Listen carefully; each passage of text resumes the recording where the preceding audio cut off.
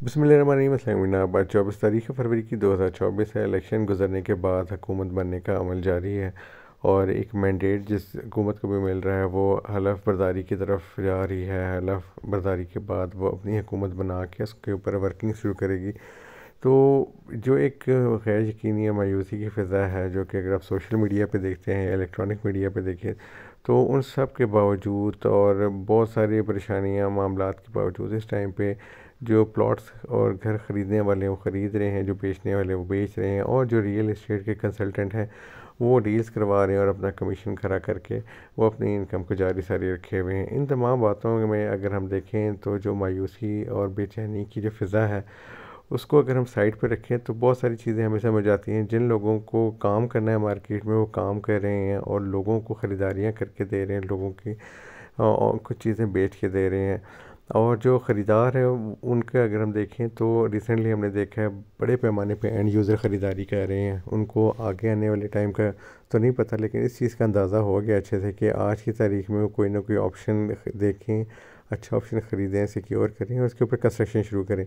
P17 की अगर हम बात करते हैं, फैसल हिल्स की बात करते हैं, यहाँ बड़े पैमाने पे इस रीजन में ज़ोन 2 के अंदर बड़े पैमाने पे नई कंस्ट्रक्शन का काम चल रहा है। बड़ी खुशाइन बात है कि जी डेडलीस्ट वेव चल रही थी जो पिछले 2 सालों से, उस सब के बावजूद लोगों ने महंगाई के बावजूद भी लोगों ने इस चीज़ पे फोकस किया कि वो अपनी कंस्ट्रक्शन करें, वो अपनी ख़रीद फ़रोख्त का मामला चलाए रखें, वो अपनी इन्वेस्टमेंट करें। बड़े पैमाने पे जी मार्केट के अंदर इस वक्त ख़रीदार मौजूद है, बहुत बड़े पैमाने पे। अगर कोई आपसे कहता है कि जी मार्केट डेड है या कोई काम नहीं है, ऐसी बात नहीं है। मार्केट में हम भी बैठे हुए हैं, अगर हम ये दावा करें तो बड़े ठोस अंदाज में बात कर रहे हैं, कोई हवाई बात तो नहीं कर रहे।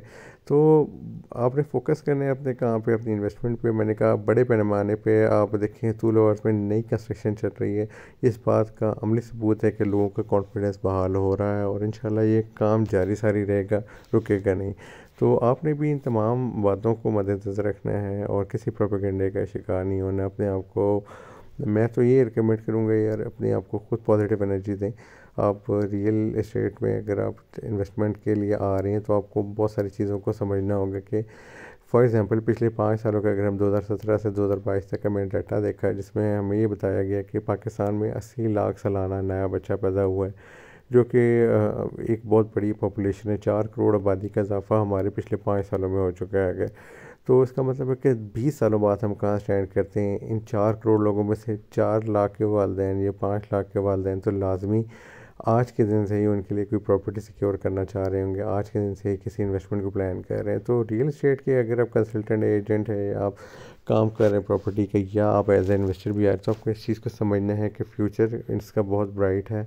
ये चीज़ जो है कभी भी आपको नुकसान नहीं देगी। बिल्टअप प्रॉपर्टी का ट्रेंड चल रहा है, ये इस वक्त हमने देखा है कि फ़ायदा दे रहा है। तो आप भी बिल्टअप प्रॉपर्टी की तरफ जाएं, कोई अपार्टमेंट ले लें, शॉप ले लें या कोई घर बना लें, तो वो ज़्यादा आपको फ़ायदा दे जाएगा। 2022 और 23 के जो हमने टाइम गुजारे, 24 में इसकी रिफ्लेक्शन नज़र आ रही है, लेकिन आपने सेंसिबल डिसीजन लेने। बहुत शुक्रिया जी, अस्सलाम वालेकुम।